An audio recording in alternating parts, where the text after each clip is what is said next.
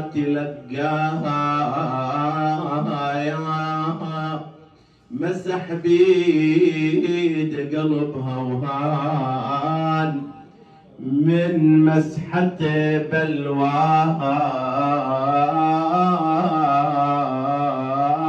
ومشى بيها لاخوها وزينب منه وياها. وزينب صفية جت لاخوها ورسول الله تلقاها مسح بيد قلبها وهان من مسحة بلواها ومشى بيها لاخوها وزينب منه وياها شمر يضربها لا توصل لاخوها حسين. صفي النبي والكرار ولدها كلهم وياها يعزوها ويسلوها من مصاب الذي جاها.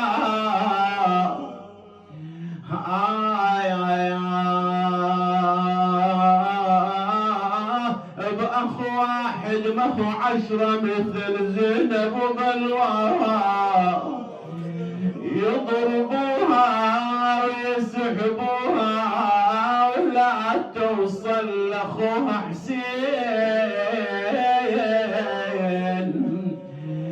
ضربها الشمار بعدها واخوها يا بن عنداسه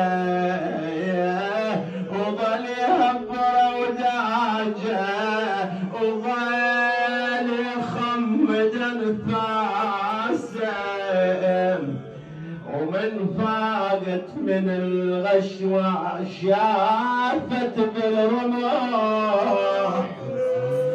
راسه ضربها الشمر بعدها واخوها بالنعل داسه وظل يهبر وداجه وظل يخمد انفاسه ومن فاقت من الغشوة شافت بالرمح راسه. صفية وين وزينب وين ماكو مثل رزق حسين وحسين. عزوا به رسول الله وعزوا حسن والكرار وعزوا فاطمة الزهراء وعزوا جملة الأطهار ولا تبينوا إلى الزهراء وش اللي جرى واللي صاير ولا تبينوا إلى الزهراء وش اللي جرى والصار على زينب عزيزتها يوم لجت لاخوها حسين.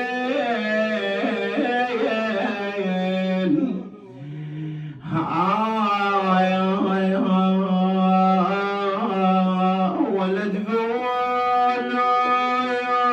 تقولوا إلى الزهرة حرقة خيمها وجت تركض لاخوها وشمر بالصوت آلمها وداس حسين بن عالي وقطع راس الرجس يمها.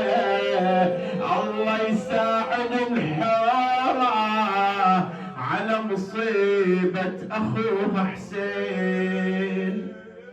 حسين بعدك لا هنا عيش